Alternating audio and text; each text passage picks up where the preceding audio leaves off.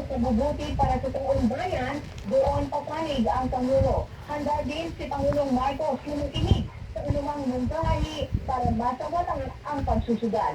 Pakinggan natin ang pahayag ni Palace Press Officer Undersecretary Claire Castro. Ito yung sinabi natin, gusto natin limitahan ang itong klaseng mga pagsusugal at mabawasan mga gumon sa sugal. At ito po ay para sa taong bayan at ang lahat ng pwedeng suggestion at maaaring batas para ito ay masawata, hindi lang po yan tututulan. Samantala, bukas din si Pangulong Marcos sa mensahe ng Department of Finance na patawag ng buwis sa mga online gaming operators bilang bahagi ng hakbang upang marasolbong ang mga isyong kaakibat ng online gambling. Ayon kay Castro, batid ng Pangulo ang panganib ng pagkagumong sa online gaming kahit hindi niya tinututulan ang panukata basta't may sapat na pag-aaral at konsultasyon upang rito at saklaw ng buwis na ipapataw. Kasabay nito, mas paitingin din ang pamahalaan ng kampanya laban sa mga illegal at hindi rehistradong online gaming platforms. Habang bukas din ang Pangulo sa pag-aaral ng anumang panukalang total ban sa online gaming. Ayon pa kay Castro, lahat ng solusyon para sa limitahan ang epekto ng online gambling, lalo na ang mga nalululong dito, ay hindi raw ito tututulan ng Pangulo. Muli si Palace Press Officer Undersecretary Claire Castro. Ang proposal po na ito ng DOF na magkaroon po ng tax para po marestriktuhan ang mga online gaming ay para naman po ito sa ikabubuti ng pamilyang Pilipino. Batid po ng Pangulo na maaari mangyari sa mga gumon sa sugal at hindi niya naman po tututulan basta po mayroon pong sapat na pag-aaral para po ang tungkol sa buwis na ipapataw man. Pero paiigtingin pa po maliban po dito sa mga online gaming sites na license o lehitimo naman, paiigtingin po lalo ang paglaban sa mga illegitimate o yung mga yung hindi tama o hindi rehistradong mga. Si Palace Press Officer Undersecretary Claire Castro. Mula sa Kanyang, Bombo Alani Montaño Soberano naguulat para sa #1 and most trusted radio network in the country, Bombo Radio Philippines, Basta Radio, Bombo! Samantala sa iba pang mga balita, nasa 17 milyon na mga Pilipino ang may kinabang naman sa National Fiber Backbone Project ng gobyerno. Target po ng pamahalaan na tapusin ang proyekto bago matapos ang termino ni Pangulong Marcos sa 2028. Layunin ng naturang proyekto na maghatid ng mabilis, maaasahan at abot-kayang internet connection sa buong bansa. Sa ginanap na grand launch ng Phase 2 at 3 ng NFB sa Palo, Leyte, binibidiin ni Pangulong Marcos sa panahon ngayon ang access sa internet ay hindi na isang pribilehiyo kundi isang pangunahing pangailangan. Ang internet na anya nagpapatakbo sa pag-aaral, trabaho, negosyo at komunikasyon sa mga mahal sa buhay. Isinusulong ng naturang programa ang pagkonekta ng buong Pilipinas, lalo na mga geographically isolated at disadvantaged areas na hanggang sa ngayon ay wala pa rin access sa internet. Tulad ho sa Palo, Leyte, 6 sa 33 barangay ang nanatiling walang internet connection. Sa ilalim ng proyekto ay naasahang may 600 ng tanggapan ng pamahalaan at 17 milyon na mga Pilipino ang may kinabang sa mas mabilis at mas murang internet sa bansa. Matandaan ang Phase 1 ng NFB ay nag-umpisa mula Ilocos Norte hanggang Quezon City, habang ang Phase 2 naman at 3 naman ay sasaklaw sa Southern Luzon, Visayas at Mindanao. Samantala, sang-ayon si Pangulong Ferdinand Bongbong Marcos Jr. sa isinusulong na panukala para sa pagpapawalang bisa ng Bank Secrecy Law. Ayon kay Malacanang Press Officer Undersecretary Claire Castro, dapat lamang naman na ipatupad itong transparency at accountability sa pamahalaan. Kung matatandaan, isinusulong ni Senator Francis Jesus Cudero ang isang panukala na magmamandato sa mga opisyal ng gobyerno na i-waive ang kanilang bank secrecy rights. Sa ganitong paraan niya, maiwasan ang pagtatago o pagtatago nitong ill-gotten wealth ng mga ito. Sinabi naman ni Undersecretary Castro na sa mga ganitong hakbang kaugnay sa public service, makakaasa ang mga Pilipino na hindi kailanman magkakaroon ng negatibong tugon si Pangulong Marcos Jr. Alas 20 minutos makalipas ang ika-6 ng gabi. Samantala, tinatayang aabot sa sa mahigit 3.6 na kilo ng shabu at higit 60 na gramo ng marijuana ang nakumpista ng Bureau of Corrections mula ho sa mga isinagawa nitong operasyon sa kanilang iba't ibang prison and penal farms sa buong bansa. Ayon kay Bureau of Corrections Director General Gregory Catapang Jr., ang numero nito ay resulta ng kanilang mga hakbang upang masawata ang pagkalat ng illegal na droga sa kanilang mga pasilidad. May panikatapang na ang mga pasilidad ng Bureau of Correction ay nakadisenyo para ho sa rehabilitasyon ng lahat ng mga inmate at hindi para madawit muli sa mga kriminal na mga pag-uugali. Kabilang sa mga nasakoting illegal na droga ay ang mga sumusunod. Diyan ho sa New Bilibid Prison nakakuha ho na naabot sa 2,166 grams ng meat o sa itong marijuana at 58.6 naman na gramo ng cannabis. Diyan naman sa Sablayan and the Penal Farm, maabot sa 26.7 grams ng marijuana ang nakumpiska. Diyan naman sa Leyte Regional Prison ay nakakuha rin ng nasa 8.7 grams ng meat at Davao Prison and Penal Farm maging dyan sa may bahagi ho ng San Ramon Prison and Penal Farm ay nakakuha rin ng ilang mga gramo ng naturang nasabing mga illegal na produkto o droga. Iniulat naman ang Bureau of Corrections na walang nakumpiskang illegal na item mula ho sa Iwahig Prison and Penal Farm at Correctional Institution for Women. Kagad naman ay over ng Bureau of Corrections ang mga nakumpiskang illegal na droga sa pamunuan ng Philippine Drug Enforcement Agency o PDEA para sa kaukulang disposisyon. Samantala, wala pa rin patid sa pagpapakawala ng tubig ang Ambuklaw at Bingadang sa Benguet kasunod ng mga naranasan mga pag-ulan na dulot ng umiiral na habagata at bagyong Bising. Sa pinakahuling datos ng ahensya, bukas ng isang gate ng Ambuklaw Dam, habang dalawang gate naman ang nakabukas sa Bingadang kanina pang alas 8 ng umaga. Aabot naman sa 0.3 meters ang bukas sa gate ng Ambuklaw, habang nasa 47.23 cubic meters per second ang inilalabas nitong tubig. Bukas naman ang gate ng Bingadang ng 0.8 meters kung saan aabot sa 113.87 cubic meters per second ang volume ng tubig na pinalalabas nito. Batay sa datos, nagkaroon ng pagbababa sa level ng tubig sa dalawang dam kung saan naitala ang 751.39 meters na pagbaba nito ng water elevation ng Ambuklaw Dam at 573.45 meters naman ang inilaba sa Bingadam. Nagkaroon naman ng pagtaas sa level ng Antambangan, Magat at Kaliraya Dam.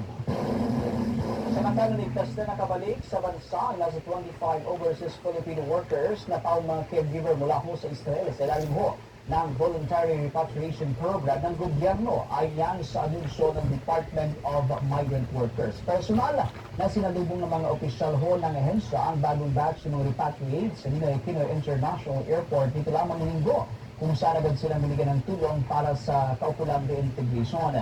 Sa pahayag ni Department of Migrant Workers Secretary Hans Leitaf-Dax, sinabi nito na bilin ho ng Pangulo na kailangan makarating agad sa mga repatriated overseas Filipino workers ang tulong ng gobyerno. Hiling naman ang ahensya na sana ay magamit ng maayos ang kanilang tulong pinansyal na ipinagkaloob sa mga voluntaryong overseas Filipino workers na bumalik ng bansa. Maliban sa paunang cash aid mula sa Department of Social Welfare Development o DSWD, nakatanggap din ang mga repatriate ng tulong pinansyal mula sa Action Fund at Emergency Repatriation Fund ng Department of Migrant Workers. Binigyan din sila ng Technical Education and Skills Development Authority of TESDA ng mga training voucher upang mapalawak ang kanilang kakayahan habang nasa bansa. Isinailalim din ng mga overseas Filipino workers sa health screening ng Department of Health at ang Manila International Airport Authority paglapag pa lamang o pagdating nila dyan ho sa Kalipanan. Sa kabuuan, nasa 72 na overseas Filipino workers ang napauwi mula ho sa bansang Israel simula ng sumiklab ang tensyon sa pagitan ng Israel at ng Iran.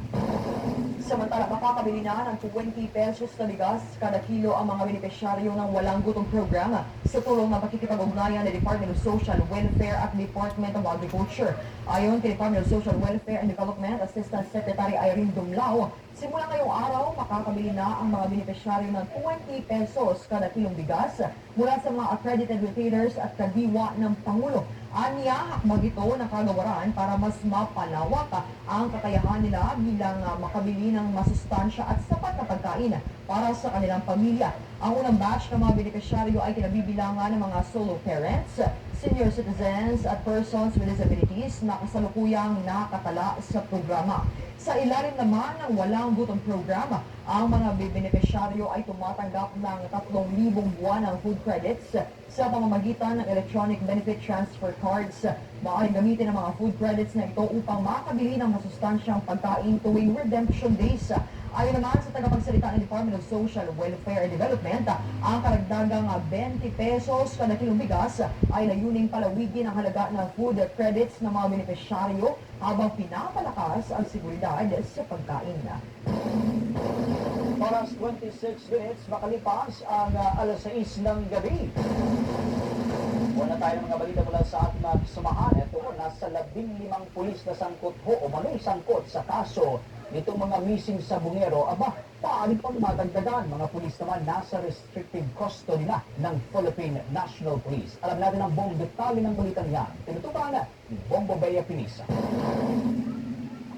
Kasalukuyan ang nasa ilalim ng restricted custody ng Philippine National Police ang 15 mga kapulisan na napag-alamang sangkot sa mga kaso na mga nawawalang sa Bungero na siya mismong kinumpirma ni PNP Chief Police General Nicolas Torre III. Ayon sa hepe, nasa ilalim ngayon ng kanilang kustudiya ang mga naturang pulis na sangkot umano sa pagkidnap at pagpatay sa higit sa 100 nawawalang sa Bungero at kasalukuyan na rin anya silang makipagtulungan sa National Police Commission para sa mas malalim pang pagkakasa ng investigasyon sa naturang kaso. Ito ay para na matiyak mananaid ng transparency, impartiality at masiguro na mabibigyang justisya ang pagkamatay ng mga biktima na sa matagal ng inaasam ng kanilang mga nailang mahal sa buhay. Kinumpirmo rin ni Torre na hindi lamang mula sa isang unit ang mga sangkot at may ilan na mula sa mga regional offices, habang ang ilan naman ay mga district na servisyo kung saan pinakamataas sa posisyon anya na nasangkot sa naturang kaso ay Police Lieutenant Colonel.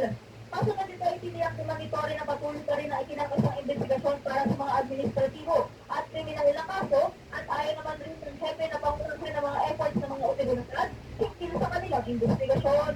Sa kabila nito ay para manaig din ang pagiging patas at malinis sa pag-usad ng kaso, ay dapat din nilang bigyan ng pagkakataon ng mga sangkot na sagutin ang mga reklamo laban sa kanila. Kasunod nito ay siniguro naman ang hepe na bagamat bibigyan sila ng pagkakataon ng sagot o makasagot, ay hindi anya sila bibigyan ng Philippine National Police ng luwang at puwang na paglaruan ng pukas at maging ang hustisya. Kung ngayon pakinggan natin ang mga bahagi ng pahayag ng PNP Chief Police General Nicolas Torre III.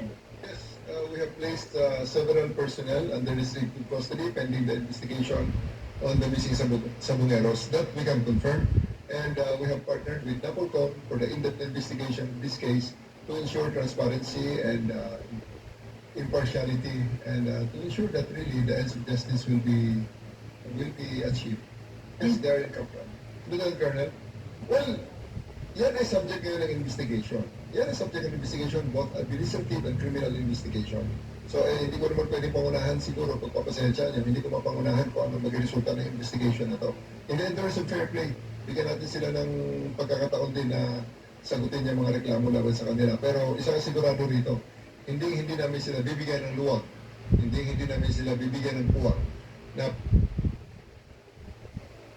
Samantala, Bongo Victor, Bongo Guy, hindi naman din anya na hinito sa bilang na ito ang kanilang mga ginagawang efforts para malaman pa ang iba pang mga individual na mga maaaring posible at nasangkot sa kaso ito ng mga nawawalang sa Bungero.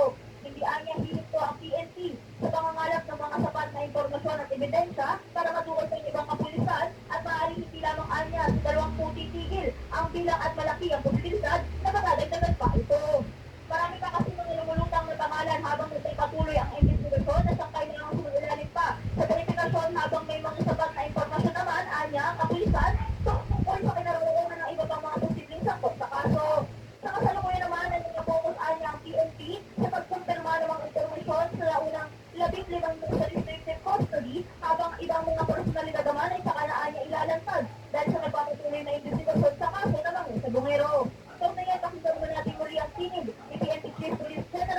sorry, the third. As I've said earlier, hindi tayo tumitigil sa 15. Okay? May iba pang mga personalities na na-identify as the investigation goes on. May mga information din tayo kung nasaan sila, tinitingnan natin, at kung kailangan silang i-surveillance pending the issuance of the warrant of arrest, we'll do it. Para pagdating ng warrant of arrest, ulitin na lang natin. Sa ngayon, nakalimit tayo sa pag-confirm ng information dito sa 15. All the rest is we will release the information as the investigation process goes on at magkaroon tayo ng matibay ng mga ebidensya laban sa iba pa. Kung may iba-iba pang mga ranggo na ma-involve dito, So ngayon ay patuloy naman ang pagsasagawa ng kanilang mga ang PNP ng kanilang mga eksaminasyon at pagkalat ng detalye, lalo na kung ilang mga lugar pa ang tinutukoy bilang disposal site ng mga sabungero, matapos mapag-alaman na hindi lamang sa Tagal-Leyte din natin ang mga labi ng mga biktima. Yan muna ang mga update mula dito sa Campo Crame, Bongo Bea, Pinizong at Sukulat. Para Bongo sa Bea. nabuo ng most trusted radio network in the country. Bongo Bea? Yes, Bongo Victor. Matanong ko lamang, Bongo Bea, no? Itong mga missing sabungero, nasa mahigit 4 years na nawawala. Ngayon nga lang lumutang. Itong 15 na pulis ang muling sangkot sa pagkawala ng mga ito. May time frame pa na ibinigay si General Torre kung kailan natatapos itong investigasyon kasi habang tumatagal, parang nalalayo tayo sa hustisya, Bongo Bea. Actually, Bongo Victor, originally 20 na kapulisan yung banggit dun sa affidavit si alias Toto na sangkot dito sa pagkawalan at pagkamatay ng higit sa 100 mga sabungero, ano? Ngunit ayon kay PNP Chief, ayaw niyang pangunahan yung magiging investigasyon at kung hanggang kailan tatagal ito magiging investigasyon ng mga otoridad, lalo na at ang naunguna dito sa mga preliminary investigation ay yung Department of Justice na, no? Dahil yung sa kanila naman, ayon din kay General Torre, sila lamang yung nagbibigay ng mga sapat na impormasyon na kakailanganin sa investigasyon ng Department of Justice dahil nga nauna na dito, pinahayag niya kanina na ang nagbibigay ng mga pahayag si alias Totoy sa kanila months before pumutok na itong mga balita tungkol dun sa kinawaroonan ng mga labi ng mga sabongero, Bongo Victor. Oo. Kung hindi ako nagkakamali, Bongo Bea, may statement yung Department of Justice. Well, naniniwala sila doon sa credibility ng mga impormasyon na ibinibigay nitong si alias Totoy. Bagamat pinangalanan na nga itong sinasabing whistleblower dito sa kaso ng missing sabongero. May paliwanag ba si General Torre kung bakit di pwedeng pangalanan itong mga pinangalanan ni alias Totoy na nasa 20 na initial ng mga pulis na mumisangkot dito sa mga nawawalang sabongero, Bongo Bea? Ito lamang maging rason mo kung bakit hindi niya muna pinangalanan at ang mga sangkot na pulis dito, Bongo Victor, at lalo na kung saan yung galing ng mga regional offices at kung ano mga posisyon ang kinalalagyan ng mga pulis na ito.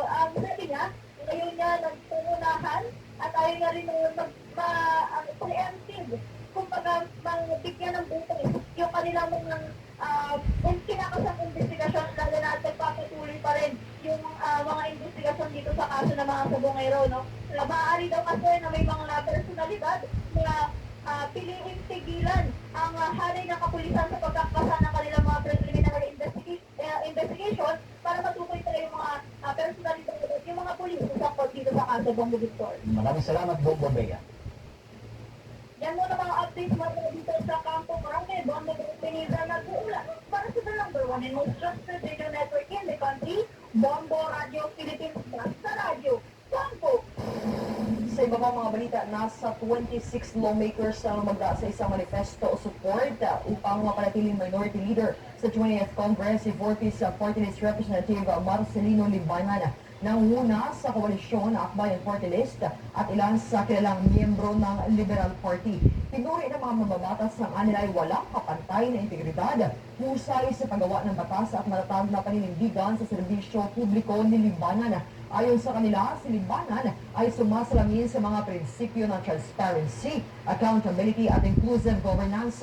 Si Libanan, isang abogado, ay nagsilbi bilang kinatawan noon ng Eastern Samar at dating House Committee on Justice Chair. Siya rin ang naging minority leader sa nakaraang 19th Congress at kinilala sa kanyang makabuluhang oposisyon at balansing mga reforma. Sa mga sumuportang kongresista, 11 bagong halal, gaya ni Representatives Leila de Lima at Shel Jokno. 6 naman ang nagbabalik, gaya ni na Representative Edgar Erice, Crisel Agman at Carta Bagao, na pawang mga Liberal Party members at 7 mga re-elected members. Samantala sa iba pang mga balita sa oras na ito, aabot ho sa 39 lang daw na pribadong ospital sa Batangas ang may issue ngayon sa claims kaugnay ng guarantee letters. Ito ang nilinaw ng Palasyo Malacanang matapos ang anunsyo ng Private Hospital Association of the Philippines Incorporated na hindi muna sila tatanggap ng mga guarantee letters para sa mga pasyenteng sakop po ng Assistance for Indigent and Financially Incapacitated Patient Program. Nasa 530 million pesos pa daw kasi ang hindi nababayarang claims para sa mga serbisyong medikal na naibigay na.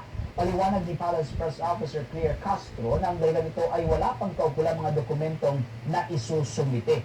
Hindi rin ani ito nangangahulugan na yung ibang mga opisyal o ospital ay nagkaroon din ng problema pagdating sa bayaran.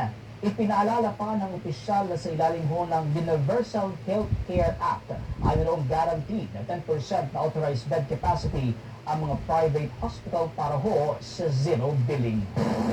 Samantala, umapila ang Bureau of Immigration sa mga Pilipinong nagnanais na magtrabaho sa ibang bansa na huwag tangkilikin ang mga social media-based job offer na walang maipakitang lisensya mula sa pamahalaan. Ito ay kasabay ng lalo pang pagdami ng kaso ng human trafficking kung saan maraming mga Pinoy ang nabibiktima matapos maniwala sa mga job offer sa social media. Ipinunto ni Bureau of Immigration Deputy Spokesperson Melvin Mabulak na bagaman maraming mga social media page na ang pinatanggal, marami pa rin ang tuluyang bumabalik gamit ang iba pang site at profile. Ang mga naturang site ang labis na nambibiktimaan niya sa mga Pinoy na naghahangad magkaroon ng magandang trabaho at mataas na sahod. Anya, malaking porsyento ng mga Pilipinong natulungan ng pamahalaan na mga ibalik sa Pilipinas ay dahil sa napaniwala sila sa mga iniaalok na trabaho. Bagaman mayroon anya mga legitimate recruitment agencies na nagre-recruit sa pamamagitan ng social media, marami rin human trafficking groups ang pumapasok sa social media upang makapag-recruit ng mga mabibiktima. Apilahan ng opisyal sa mga Pinoy, dapat munang magsadya muna sa mga opisina ng pamahalaan na silang nakakaalam ng legitimate recruitment agency upang hindi mabiktima ng mga peking recruiters. Po, dapat sa immigration, even before sa immigration, dapat maging stricto na tayo. Dapat lahat ng mga recruitment through social media, dapat na monitor din po natin ng ating law enforcement agency dahil sila po ay may capability sa cyber. Batay sa immigration records, marami sa mga Pinoy na nabibiktima ng human trafficking at tuluyang nagdadala sa ibang bansa ay pinagtatrabaho sa mga scam farm, love scam at maraming iba pa. Mga kabobok, Mr. Nation, sa pagkakataon ito, kuha pa tayo ng mga balitang tinutukan ng ating mga kasamahan. Dako tayo dyan, mga kabombo, sa bahagi ho ng Maynila, hinggil pa rin ho dito sa mga nawawalang sabungero. Itong technical diving operation sa Taal Lake para humahanap ang labi ng mga nawawalang sabungero mag-uumpisa na anumang araw ngayong linggo. Ayon yan sa Department of Justice. Alam natin ang buong detalye ng balitang yan tinutukan ni Bombo Gran Pilario. Inumpirma ng Department of Justice na mag-uumpisa na ang nais nitong maisakatuparan na planong technical diving operation sa Taal Lake. Ito'y upang mahanap ang posibleng labi ng mga nawawalang sabungero na sinasabing inilibing umano sa naturang bahagi ng lawa. Ayon mismo kay Justice Secretary Jesus Espirimulla, ang pagsasagawa ng naturang pagsisid sa Taal Lake ay mag-uumpisa na anumang araw ngayong linggo. Pangungunahan ito ng mga ahensya ng gobyerno sa tulong ng Philippine Navy at Philippine Coast Guard na siyang una nang inihayag ang kanilang kahandaan para sa operasyon. Ngunit kanyang nilinaw naman na ito'y hindi kaugnay sa kanilang hininging asiste mula sa gobyerno ng Japan para sa karagdagang kagamitan. Paliwanag ng naturang kalihim, nakakapadala pa lamang nila ng sulat noong nakarang linggo, kaya't ngayon pa lamang nila inaasahan na matatanggap ang ipapadala naman itong kasagutan. Now we're asking them to start this week. Wala pa yung Japanese, we just wrote the letter last week. So we expect a reply anytime this week. Basta ang basic natin, we want to map it out and look at the conditions so we can plan how to go about it. Dagdag pa ni Justice Secretary Jesus Espindemulla na hindi maisasantabi ang posibilidad na maaaring may ibang lokasyon din kung saan inilibing ang mga nawawalang sabongero. Ngunit sa kabila nito, kanyang binigyang din na malakas at matibay ang kanilang pinanghahawakan ng impormasyon kung saan dapat isagawa ang technical diving operation. Well, it's possible. It's possible. Everything is possible. But we think that the tools that we got regarding the site are very, maybe accurate in many ways.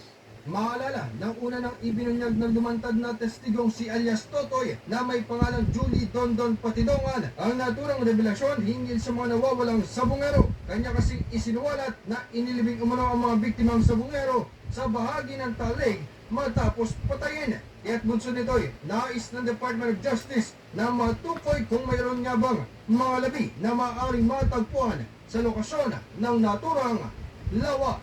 Mula dito sa Department of Justice, ako si Bombo Gran Hilario ng uulat para sa the #1 and most trusted radio network in the country, Bombo Radio Philippines. Basta Radio Bombo! Samantala, sa balita pa mula sa ating mga kasamahan, ito hong Moro National Liberation Front o MNLF umaapil umano sa pag-distribute o pag-redistribute ng 7 seat para ho sa Bangsamoro Autonomous Region Muslim Mindanao parliamentary election. Alamin natin ang buong detalye ng balitang yan tinutukan ni Bombo Isa Putoner. Ibinahagi ng Commission on Elections Chairman George Sherwin Garcia sa kanilang pagpupulong kasama si Farm Chief Minister Abdul Rauf Makakuha. Isa sa kanilang nabigyang pansin ng pag-apula umano ng Moro National Liberation Front o MNLF para sa magiging apportionment ng 7 seats mula sa Sulu. Sa kabila nito, nanindigan ng poll body na magpapatuloy pa rin sila sa paghahanda para sa 73 seats para sa Parliamentary District Representative. Ayon kay Garcia, sinubukan ng Bangsamoro Transition Authority na ihabol sana ang pre-apportionment sa mga nawalang seats mula sa Sulu dahil na rin sa pagkabahala ng Moro National Liberation Front o MNLF na mawalan sila ng representasyon. Ang karamihan kasi sa kanila ay nagmula sa Sulu. Para sa COMELEC, kapos na sila sa oras at panahon kung ito'y kanilang hihintayin pa, kaya naman minarapat ng poll body na magpatuloy na lamang para sa 73 seats. Kung may niyang pakinggan natin, si COMELEC Chairman George Sherwin Garcia. Since itong 6 na yan, na originally ay sa Sulu, alam naman natin kung saan nagsimula ang MNLF. Ang talagang base nila ay naandyan sa mismong Sulu. Siyempre nung nawala ang Sulu sa Bangsamoro, nawalan din sila ng pagkakataon na maaari na makapag-participate tayo mga taga-Sulu dito sa Bangsamoro. So parang ang dating doon, by excluding Sulu, na-excluded nga naman the MNLF. Yun ang kanilang contention. More or less yun ang nagagather natin na impormasyon dyan sa Bangsamoro. Kung magkakaganon at matutuloy yung distribution ng pito, completely nga naman daw mawawala ang MNLF dito sa mismong Bangsamoro, sa mismong partisipasyon sa kanila. Maaaring hindi lang naman daw sila limited talaga dyan sa Sululan. Maaaring may MNLF din naman doon sa ibang lugar. Kaya dahil sa nawawala sila, mawawala ang Sulu, mawawala na rin ang MNLF. Napaka-val. Samantala, puspusan pa rin ang paghahanda ng COMELEC sa kabila na wala pa rin nagiging desisyon ang Bangsamoro Transition Authority para sa 7 seats. Sa ngayon kasi, may 97 na araw na lang bago ang kauna-unahang Bangsamoro parliamentary election sa Oktubre 13. Inaasahan na sa susunod na linggo, tapos na ang source code para sa halalan sa BAR, pati na rin ang pagsa-trusted build ng mga international certifying body. Pagtitiyak ni Garcia na magpapatuloy pa rin sila sa paghahanda para sa 73 seats sa mga susunod na araw para sa halalan sa Bangsamoro. Kaugnay niyang pakinggan natin muli si COMELEC Chairman George Sherwin Garcia. Full blast na po kami sa ating pong paghahanda. In fact, sa kasalukuyan, tinatapos na po ngayon. Hopefully by next week, tapos na ang source code para sa Bangsamoro election. At pagkatapos na, susunod na po niyan yung aming pong sa timeline natin, yung pong trusted build na yung mismong international certifying body natin, yung ProVNB ay dadako muli pupunta dito sa Pilipinas upang mag-conduct ng trusted build na tinatawag. At pagkatapos ng trusted build, meron pa po tayong mga test na gagawin, field testing, mock election, at meron pa po tayong pagdedeposito sa Bangko Sentral ng Pilipinas bago pa nga yung pag-imprenta ng balota na kung saan ipa-finalize na namin yung mga database. Ngayon po, pina-finalize na namin at makikita na po this week din yung list of voters sa Mula sa Comelec Office, lungsod ng Maynila, para sa Bombo Network News. Bombo East sa Cotaner, nagulat para sa number 1 and most trusted radio network in the country, Bombo Radio Philippines. Basta Radio, Bombo! Bombo International News. Ang bilang ng mga namatay sa flash flood sa Texas pumalo na sa mahigit 80 katao. Si United States President Donald Trump naman, bibisita sa lugar. May mga balita dyan ang Star FM Iloilo. Umabot sa masobra 80 ang bilang ng mga namatay mula sa trahedya ng malawakang flash flood sa Texas. Sa nasabing bilang, 28 ay mga bata, habang patuloy naman ang paghahanap sa mga batang babae na nawala sa isang summer camp. Naganap ang pagbaha matapos gumungo ang riverbank ng Guadalupe River dahil sa malakas na pag-ulan sa gitnang Texas noong Biyernes. Sa panayam ng Star FM Iloilo kay Marisa Pascual, Star International Correspondent sa US, sinabi nito na ang naranasang pagbaha ay napakadelikado na sinabayan pa ng malakas na pag-ulan.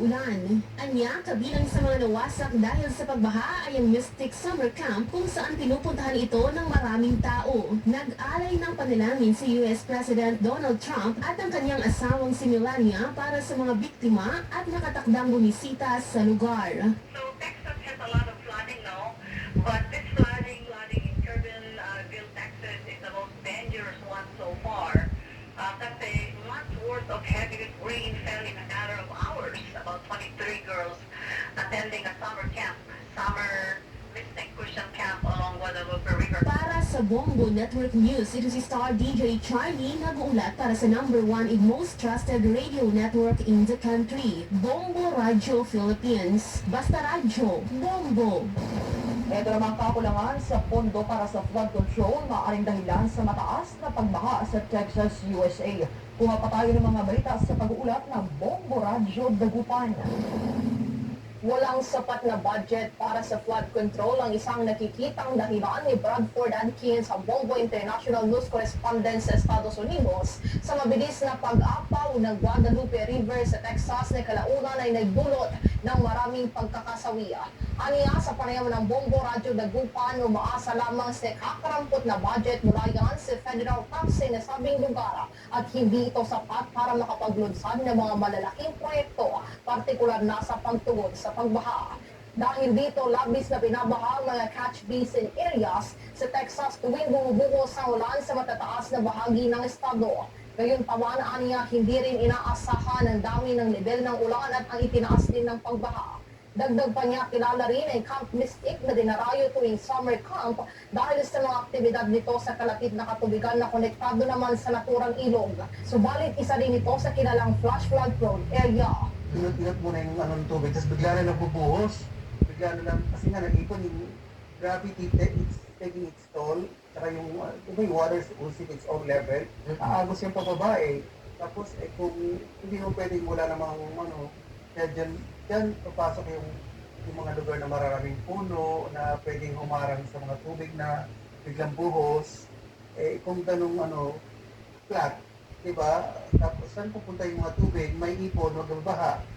Para sa Bombo Network News mula rito sa Bombo Radio Dagupan, Bombo Nicolo Piranya nag-ulat para sa number 1 and most trusted radio network in the country, Bombo Radio Philippines. Basta radyo, Bombo! Samantala mga kabombo, ito namang Israel naglunsad ng pinakaunang airstrikes sa Houthi rebels dyan sa Yemen matapos ang Israel-Iran ceasefire. Alam natin ang buong detalye. Tagtukoy niya ng Bombo Radio Iloilo.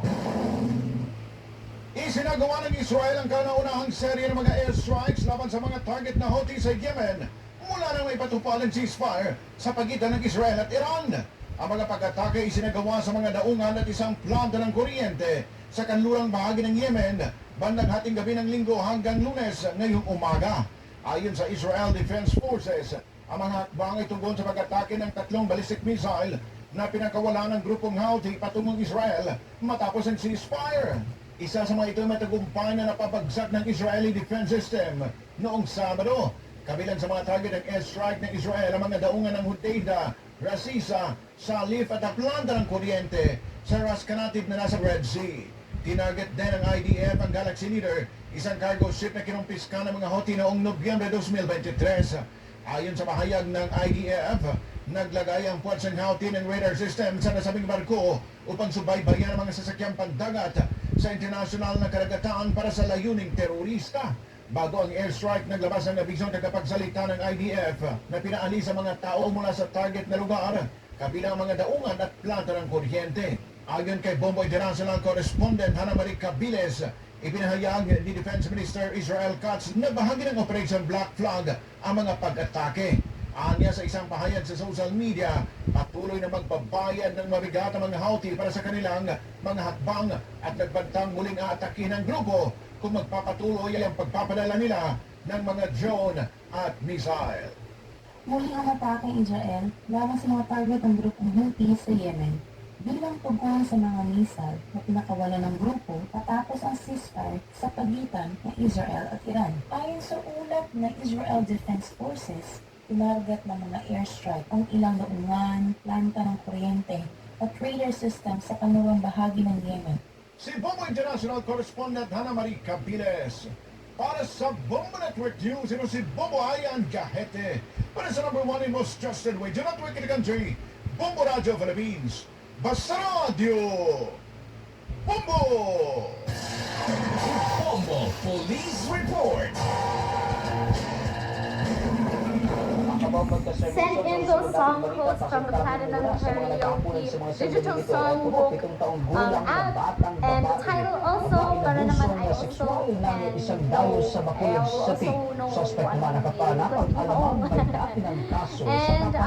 yeah, I'm very happy to be able to sing for everybody again. I think it's just really nice also how the internet is able to connect all of us. Parang diba, kahit na kung ngayon medyo nag-normalize na konti, pero like, syempre wala pa ng live shows, so that's definitely something that I miss and I hope na mabalik gawin, but nawala yung Facebook ko. But yes, I hope everyone's doing well out there.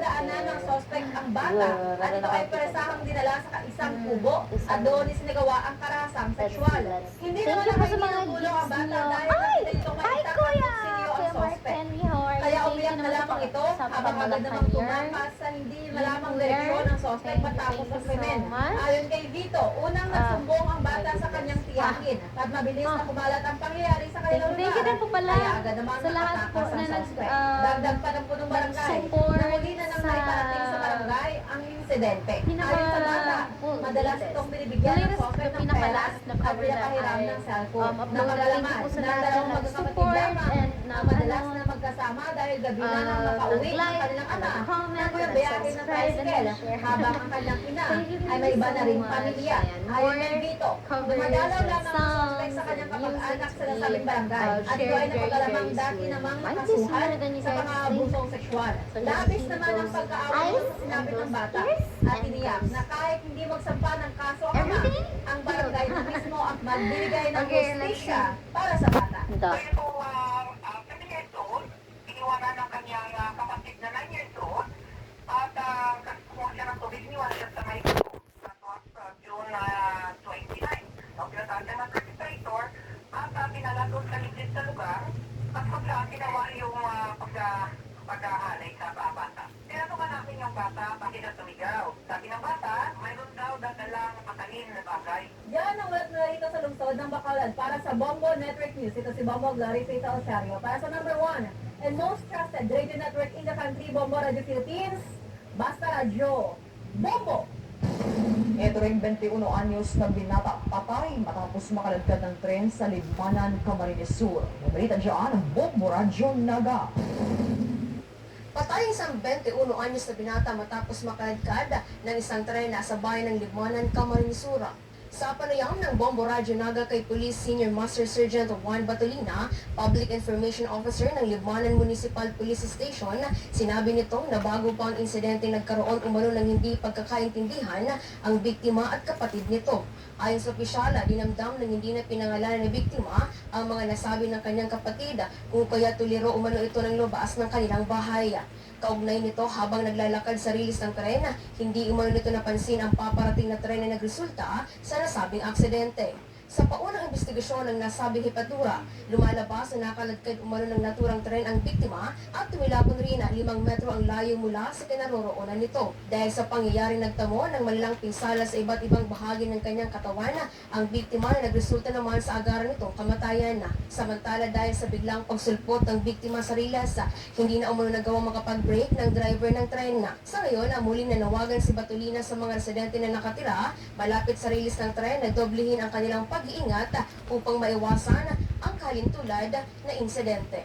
Base po sa kwento ng kanyang nanay ay nagkaroon po ng kaunting hindi pagkakaintindihan ng kanyang kapatid sa pagbitiw ng salita. Hindi na napansin na may paparating na palang tren, halos 5 metro na pagkakakaladkad at sanhi ng multiple serious physical injury. Ibig sabihin po talagang medyo malala yung pinsala na natamo ng kanyang katawan, naging dahilan na kanyang panandali ang pagkamatay. Para sa Bombo Network News, mula rito sa Bombo Radyo Naga, Bombo Jeffany Marcelo nag-uulat para sa #1 and most trusted radio network in the country, Bombo Radyo Philippines. Basta Radyo, Bombo! Bombo Foreign Exchange Update. Sa palitan ho ng piso kontra foreign currencies mga kabombo, ang US dollar katumbas ngayon ng 56 pesos point 14 centavos. Ang Hong Kong dollar katumbas ng 7 pesos point 19 centavos. Ang Singaporean dollar katumbas ng 44 pesos point 31 centavos. Ang Saudi Arabian Riyal ay katumbas ho ng 15 pesos point 06 centavos. At ang euro naman ay katumbas ng 66 pesos point 57 centavos. Bombo Foreign Exchange Update is brought to you by